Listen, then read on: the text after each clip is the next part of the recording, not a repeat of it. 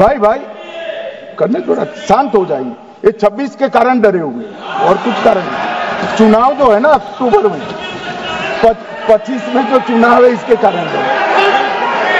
मान्यवर भाई बैठ जाओ।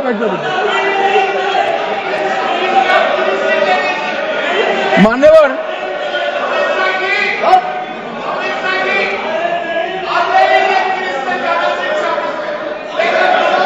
बैठ जाओ। बंगाल में आकर कहूंगा ये राजनीतिक हिसाब किताब का अखाड़ा नहीं है, छाती पर ठोक कर कहूंगा ज्यादा सिखाएंगे।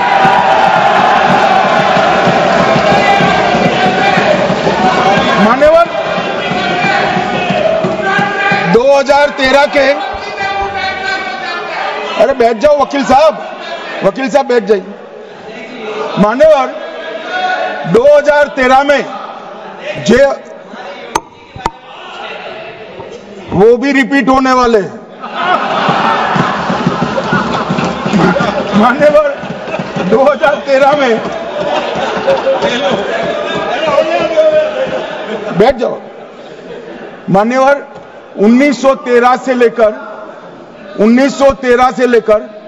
2013 तक 1913 से 2013 तक वक्फ बोर्ड का कुल एकड़ में भूमि सब वक्फ का मिलाकर 18 लाख एकड़ था। मेरी विनंती है सभी सदस्य इसको ध्यान से सुनिए। 1913 से 2013 तक 18 लाख एकड़ और 13 से 25 तक एक कानून बनने का परिणाम क्या आया और नई 21 लाख एकड़ भूमि बढ़ गई। अब मान्यवर 39 लाख एकड़ जो भूमि है उसमें 21 लाख एकड़ 13 के बाद है। अब ये कह रहे हैं कि इसका दुरुपयोग नहीं हो रहा है मान्यवर। और लीज पर दी गई संपत्तियां 20,000 थी और 25 में रिकॉर्ड के हिसाब से, हो सकता है गलत भी हो सकता है, रिकॉर्ड्स के हिसाब से शून्य हो गई। तो मान्यवर संपत्तियां कहां गई? मान्यवर बेच दी गई। किसकी संपत्ति से, किसकी परमिशन से बेचा? मान्यवर मैंने पहले ही कह दिया कि केरल और देश भर के Catholic bishop council, Catholic bishop conference of India, Catholic Congress Kerala, भारतीय कैथोलिक धर्मगुरुओं की महासभा, केरल चर्चों की संयुक्त परिषद, कैथोलिक कांग्रेस केरला, ये सब ने इस बिल का समर्थन करा है और कहा है अन्यायी 2013 का सुधार। हम अकेले नहीं कह रहे मान्यवर। और मान्यवर इसी एक्ट में हमने एक बात कही कि जो योगदान था वक्फ बोर्ड का वो 7% से घटाकर 5% कर दिया। मान्यवर अब ये जो कह रहे हैं ये मुसलमान भाइयों के हित में कह रहे हैं जिसका विरोध कर रहे हैं या अहित में? अगर 7 से 5% हमने कम किया तो कहां जाएगा? वो वक्फ में रहेगा। वक्फ बोर्ड का कम किया है। जो मस्जिद चल रही है उसको हमने 2% बढ़ाया है। ये उल्टा समझ रहे हैं मान्यवर। ये बिल जमीनों की सुरक्षा प्रदान करेगी मान्यवर।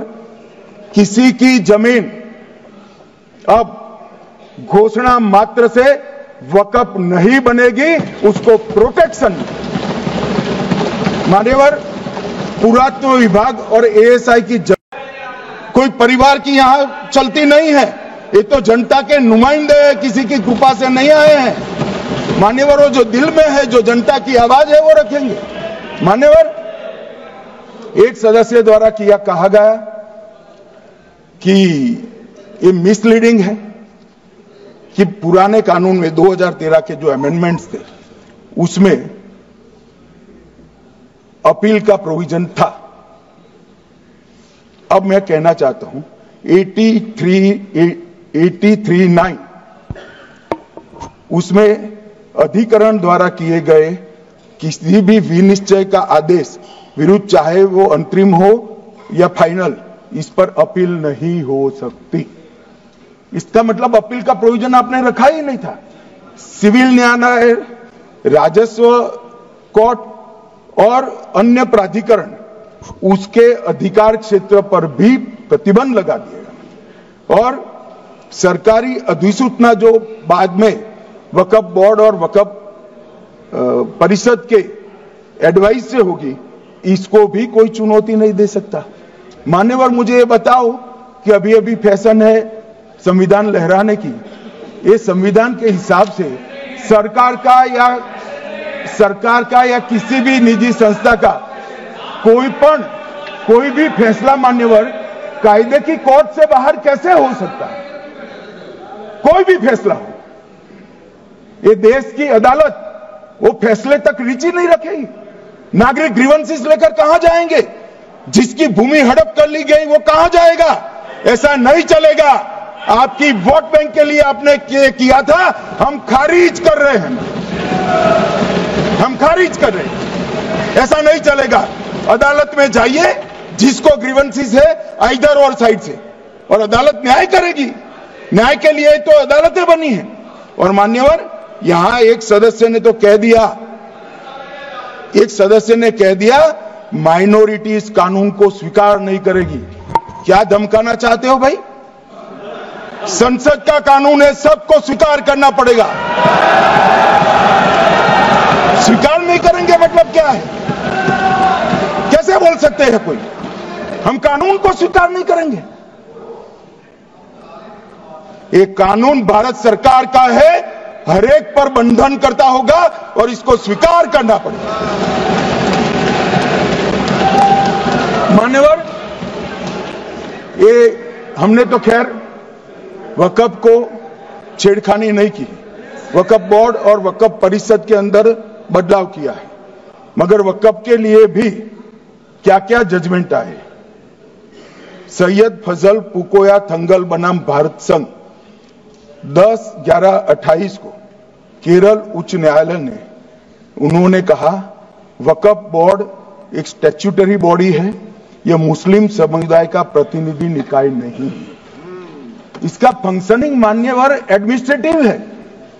धार्मिक क्रियाकलापों को तो वक्फ ने करना है, चाहे कब्रिस्तान हो, चाहे दरगाह हो, चाहे मस्जिद हो, चाहे चैरिटी का काम, वो वक्फ बोर्ड को नहीं करना है भाई। ये केरल हाईकोर्ट ने किया। इलाहाबाद हाईकोर्ट ने भी, उसने तो मुतवल्ली तक भी कहा है। अगर हम मुतवल्ली तो जो धर्म का है वही रखेंगे।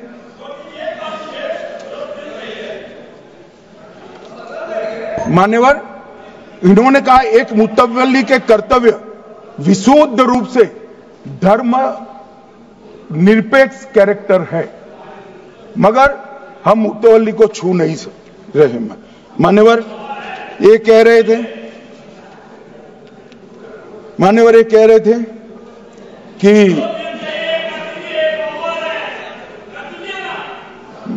मान्यवर ये कह रहे थे कि कोई गड़बड़ियां नहीं हुई। मान्यवर,